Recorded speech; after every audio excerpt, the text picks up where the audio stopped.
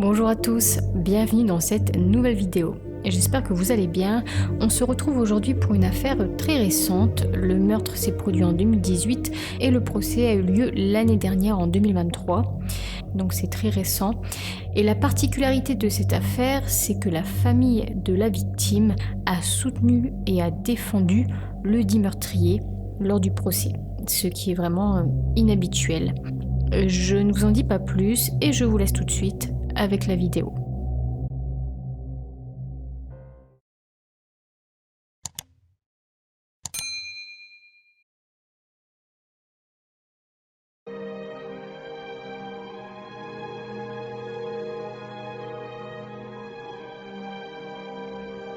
Nous sommes dans la ville de Westfield, dans le Massachusetts. Le 8 mai 2018, Brian Fagnon appelle le 911. Il signale à l'opérateur que sa femme s'est suicidée. 911, the sign is recorded. What's the address of your emergency? Hi, this is Brian Fagnon. I'm at North Road. My wife just shot herself. Can you send me some help? All right, Brian, we'll get him right out there, okay? She's gone. Oh, God. Okay. Are you sure? Yes. Les urgences sont arrivées vers 13h et une fois sur les lieux, ils découvrent le corps sans vie d'Amy Fagnon, 51 ans, sur le sol de sa salle à manger. Elle a reçu une balle dans la tête.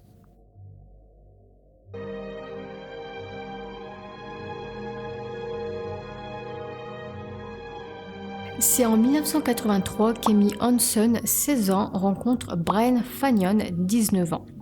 2 ans plus tard, en 85, ils se marient et puis par la suite, ils construisent leur petite famille. Ils ont 2 enfants nommés Travis et Victoria. Brian est lui issu d'une longue lignée de policiers et de politiciens et tout comme sa famille, il est devenu policier. Il est officier du service de police de Westfield. À Westfield, le nom Fagnon est vraiment connu de la communauté.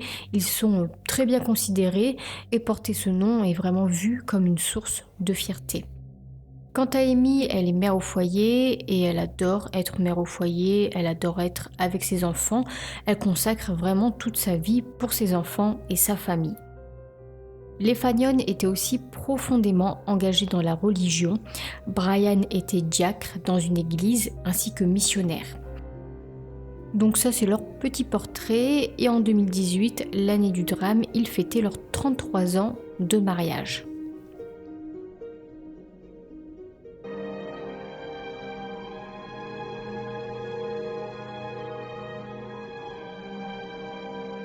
Suite à la mort de sa femme, Brian Fagnon a été interrogé, mais avant de vous parler de l'interrogatoire, je vais rapidement vous parler de 2-3 éléments qui ont été retrouvés lors de l'enquête et ces éléments ont soulevé des questions. Il faut d'abord savoir que l'arme utilisée est l'arme de service de Brian. Amy aurait donc pris l'arme de son mari pour se suicider. Ensuite, peu de temps après l'appel au 911, le frère d'Amy est arrivé sur les lieux et lorsqu'il est entré, il a déplacé l'arme. Il l'a prise et il l'a mise à l'extérieur.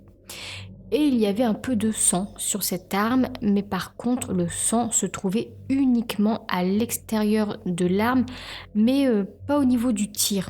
Alors que dans le cas d'un suicide, des projections de sang auraient dû se trouver à cet endroit-là. Peut-être que le sang a été déposé lorsque le frère d'Amy a déplacé l'arme. Autre chose, il n'y avait pas de résidus de balles sur la tête d'Amy. Si elle s'était suicidée, si l'arme se trouvait près de sa tête, il y aurait dû avoir des résidus sur la plaie, sur la peau. Mais là, il n'y en avait aucun. Par contre, il y avait des résidus sur les mains de Brian, mais aussi sur celles d'Amy. Concernant maintenant la trajectoire de la balle, eh bien, ça a aussi soulevé des interrogations.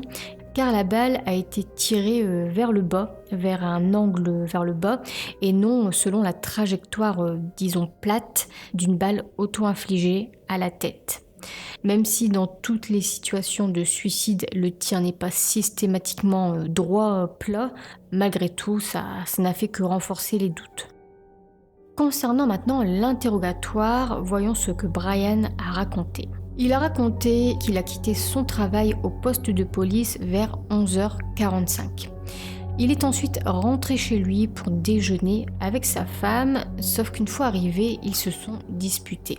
Déjà la veille au soir, ils s'étaient disputés, et bien visiblement, là la dispute ne fait que continuer.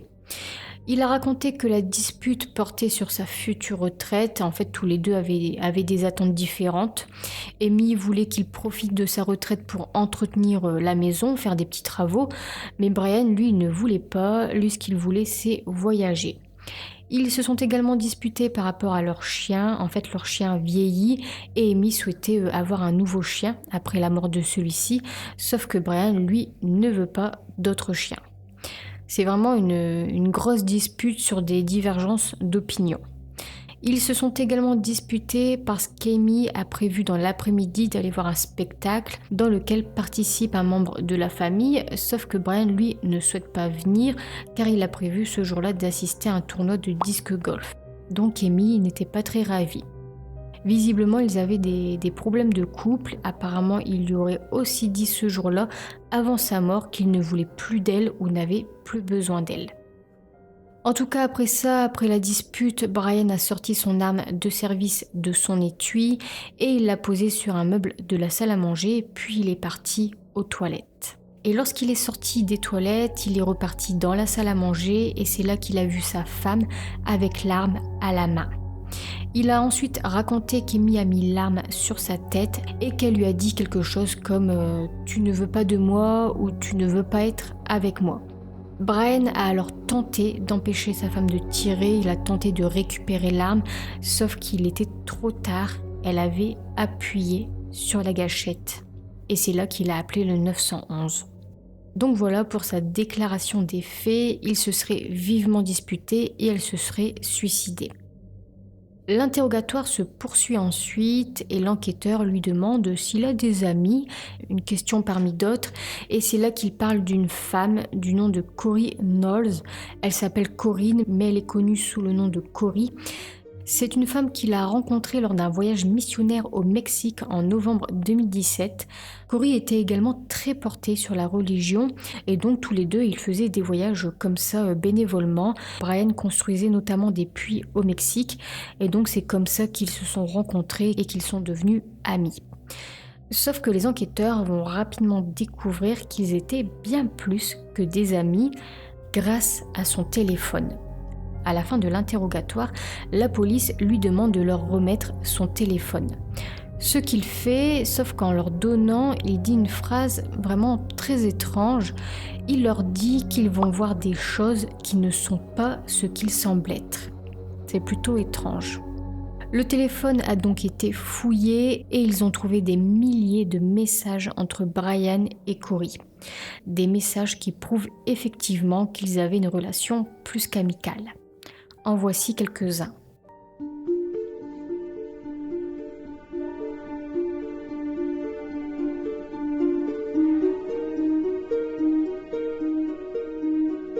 À travers ces messages, on voit donc que Brian et Corrie étaient bien plus que des amis.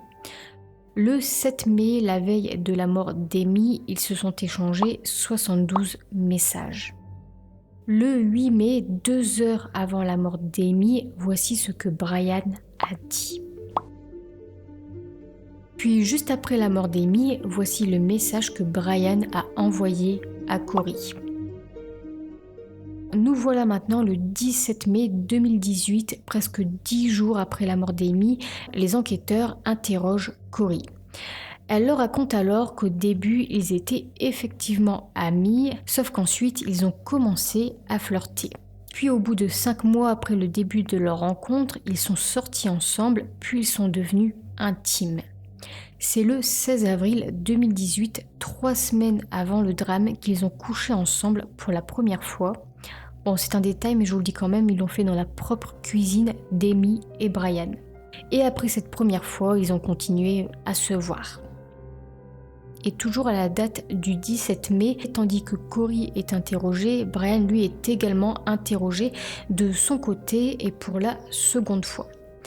Il est notamment interrogé sur sa relation avec Corrie, puisque les enquêteurs ont fait de grandes découvertes dans son téléphone, il a finalement admis qu'il s'agissait de bien plus qu'une amitié. We've seen the text messages. In all honesty, Brian, it looks like it's a lot more than a friendship, you know. I know it escalated, and I'm completely embarrassed by it, ashamed of it. Shouldn't have happened. Brian semblait réellement amoureux de Corey et d'après ses dires, il semblait même plus heureux avec elle qu'avec sa femme. Il a ensuite été confronté par rapport à l'absence de résidus de balles sur la blessure d'Amy et c'est à ce moment-là qu'ils ont suggéré qu'il aurait pu la tuer. Ça expliquerait l'absence de résidus. Sauf que n'oubliez pas, Brian est policier et comme il est policier, eh bien c'est assez difficile pour les enquêteurs de l'interroger. Il connaît les méthodes, il sait comment répondre et il paraît même plutôt sûr de lui. Et donc il assure et il maintient qu'il n'a rien fait et qu'elle s'est bien suicidée. Ensuite, au cours de l'enquête, le rapport d'autopsie est arrivé et malheureusement le médecin légiste a indiqué que les circonstances du décès d'Amy Fagnon étaient indéterminées. Donc il ne s'est pas prononcé sur le suicide ou le meurtre. Nous voilà maintenant le 24 mai 2018, les enquêteurs ont obtenu un mandat de perquisition pour fouiller le domicile des Fagnon. Ils ont alors saisi tous les appareils électroniques et ils ont également saisi les ordinateurs du bureau de police de Brian. Ils ont ensuite extrait toutes les données du disque dur, ils ont analysé les historiques, ils ont tout regardé et c'est là qu'ils ont trouvé des recherches internet pour le moins troublantes. Et ces recherches ont commencé 3 mois avant la mort d'Amy. Le matin du 12 février, Brian a recherché les termes suivants: poison domestique, source dangereuse de radiation, pire source de radiation et surdose courante sur ordonnance. Il a également visité monoxyde de carbone, le tueur invisible, poison courant et dangereux, 16 articles ménagers courants qui pourraient vous tuer, de quels médicaments en vente libre pouvez-vous faire une surdose, quelle drogue cause le plus de décès chaque année et les médicaments sur ordonnance liés aux surdoses les plus mortelles. Début mars 2018, Brian a fait plusieurs recherches sur Corey, puis le 2 avril cette fois, alors que les choses commencent à s'échauffer entre Brian et Corey, il a recherché « Pouvez-vous avoir une liaison sans sexe ?» 2 semaines plus tard, le 17 avril, il a commencé à faire des recherches sur les lois sur le divorce dans le Massachusetts. Plusieurs pages qu'il a consultées concernaient les droits sur le partage de la pension après un divorce. Selon Corey, il craignait de perdre une partie de sa pension de retraite s'il divorce de sa femme. Le 18 avril maintenant, Brian Fagnon a recherché ma liaison parfaite, comment je m'en sors et l'infidélité émotionnelle, pire qu'une affaire sexuelle. Puis 11 jours avant la mort d'Amy, le 27 avril, Brian a utilisé son ordinateur de travail au poste de police pour faire des recherches sur les résidus de balles. Il a notamment visionné un reportage sur YouTube intitulé « Ce que nous disent les tests de résidus de tir ». Et ces recherches n'avaient rien à voir avec son travail au département de police de Westfield, car il n'a été affecté à aucune enquête en avril et en mai 2018 qui nécessiterait de faire des recherches sur des résidus de balles. Puis il a ensuite été découvert qu'il avait recherché le 7 mai 2018, donc la veille de la mort d'Amy, comment supprimer les contacts fréquents de son téléphone. Donc visiblement, il voulait supprimer toute conversation et information liées à son amante Corey. Et enfin, le matin du 8 mai 2018, quelques heures avant le drame, alors que Brian est au travail, il a effectué une recherche sur les bureaux du médecin légiste du Massachusetts et sur les services médico-légaux de la police de l'État du Massachusetts. Donc ça, ce sont toutes les recherches suspectes qu'il a faites sur Corey, sur le divorce, sur sa pension, sur les résidus de balles, sur les poisons et médicaments et aussi sur les bureaux du médecin légiste. Et durant l'enquête, Corey a mis fin à sa relation avec Brian. Puis début 2019, Brian a pris officiellement sa retraite. Le 6 novembre 2019, 1 an et demi après la mort d'Amy Fagnon, Brian Fagnon est arrêté pour le meurtre de sa femme.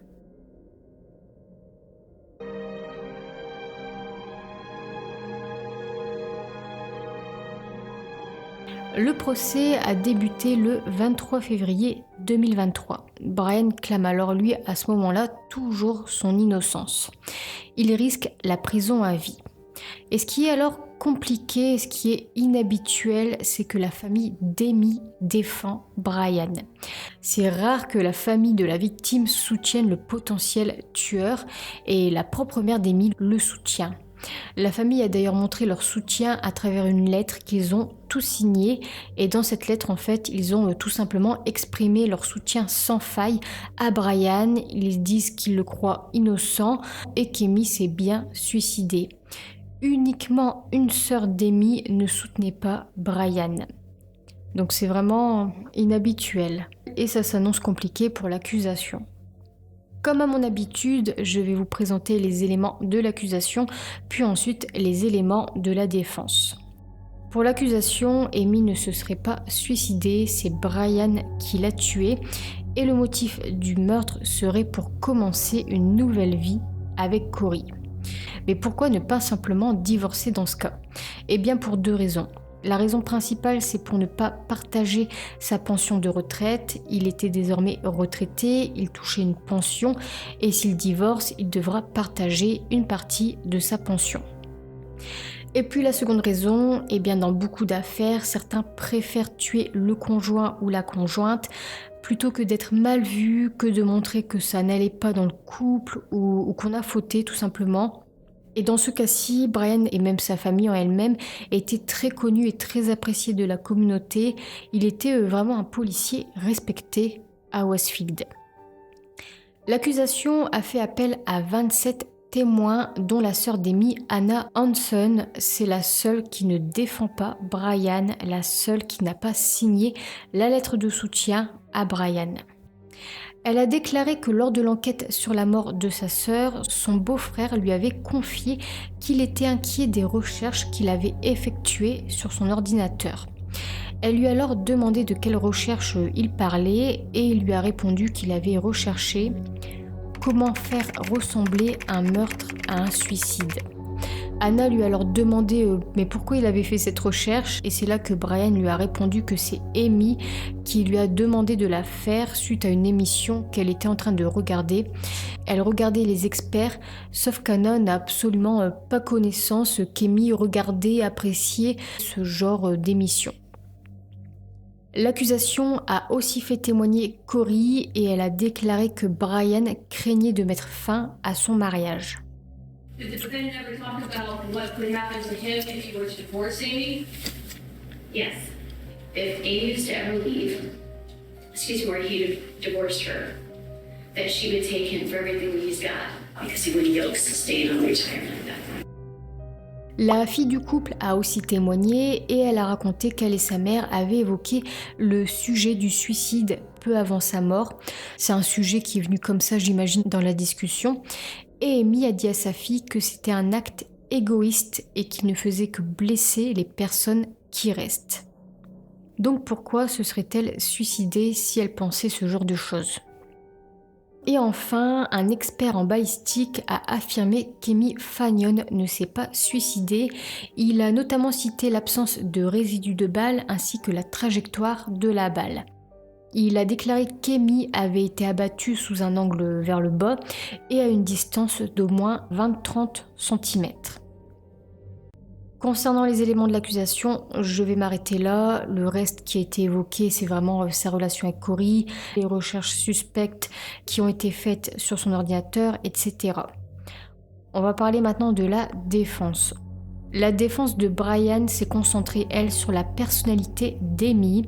Ils ont affirmé qu'elle était colérique, qu'elle faisait des crises de colère et qu'elle souffrait également d'anxiété. Apparemment, elle avait aussi également pris durant un temps, il y a plusieurs années de cela, un traitement pour des problèmes psychologiques. La défense a vraiment appuyé sur son caractère, sur sa personnalité. Ils ont raconté que les jours qui ont précédé sa mort, elle était très en colère contre Brian et que la dispute du jour de son suicide, était celle de trop. Ils ont dit qu'il fallait marcher sur des œufs avec Amy de peur de la contrarier ou de déclencher une colère. Voici d'ailleurs le témoignage de sa propre mère, d'une de ses sœurs et de son propre fils sur ces fameuses crises de colère. Did your daughter Amy have a temper? Yes. Well, did she snap at Brian in front of you? She would. I was embarrassed for him. You don't usually talk to your husband kind of in that way. Maybe you reprimand a child, but not a husband. I could easily picture or envision her grabbing the gun impulsively to make a point that she picked it up intending to complete a trigger pull and shoot herself. Comme vous l'avez entendu, toute sa famille n'est pas surprise du geste d'Amy. Dans un accès de rage, elle aurait saisi l'arme et elle aurait tiré. La défense a ensuite interrogé Corey dans le but de contrecarrer le motif du meurtre étayé par l'accusation. Comme pour l'accusation, le motif du meurtre serait la liaison entre Brian et Corey, eux, ils ont déclaré que Brian n'était pas du tout bouleversé, triste ou en colère lorsque Corey l'a quitté. Ça lui a fait ni chaud ni froid. Donc, il n'aurait pas tué sa femme pour être avec Corey. When ultimately you ended it with Brian, his response was okay. Isn't that right? To my recollection. He didn't say to you, oh my God, I killed Amy for you and you're leaving me? He never said that, right? Correct. Ensuite, la défense a parlé des recherches internet étranges de Brian.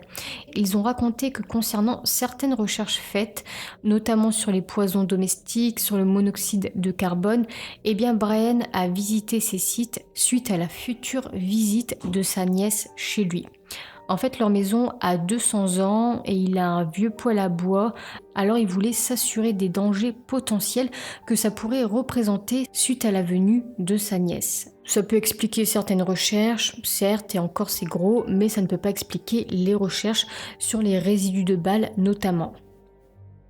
Concernant d'ailleurs la déclaration précédente d'Anna Hanson, la sœur d'Amy, qu'elle a faite pour l'accusation, ils ont déclaré qu'aucune recherche n'a été trouvée sur l'ordinateur de Brian avec les termes « comment faire ressembler un meurtre à un suicide ».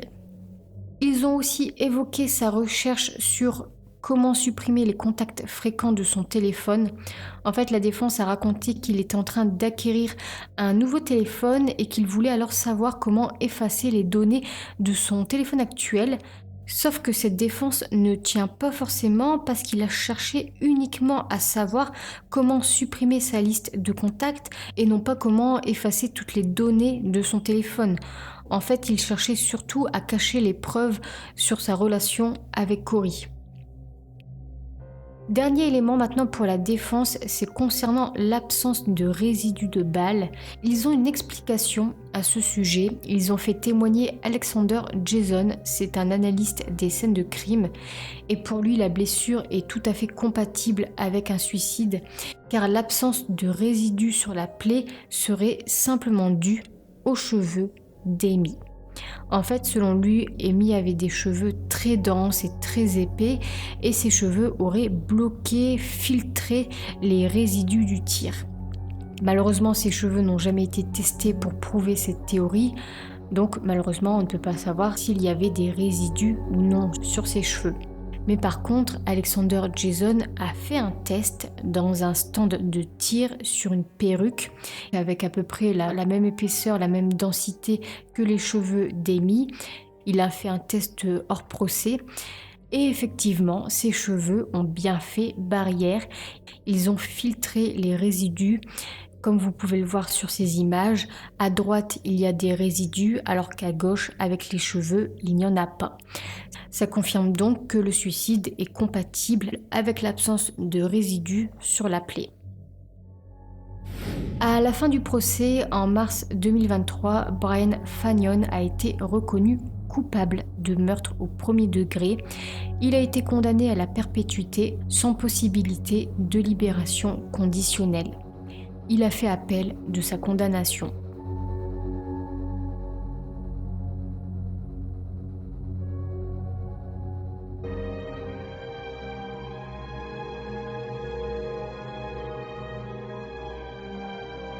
Voilà pour cette affaire, j'espère qu'elle vous a plu. J'ai trouvé ça personnellement étonnant, le fait que quasiment toute la famille d'Amy soutenait Brian. Ils ont carrément témoigné pour la défense, pour dire à quel point ils croyaient vraiment à la thèse du suicide. Personnellement, j'ai trouvé que la défense était plutôt bonne et plutôt cohérente. Entre les témoignages de la famille, de Corey, des déclarations sur les excès de colère d'Amy, le test qui a été aussi fait pour les résidus de balles, uniquement les recherches internet tendent effectivement vers l'homicide. Dites-moi vous ce que vous en avez pensé. Quant à moi, je vous laisse ici sur cette conclusion. Portez-vous bien et je vous dis à la fois prochaine pour une nouvelle vidéo.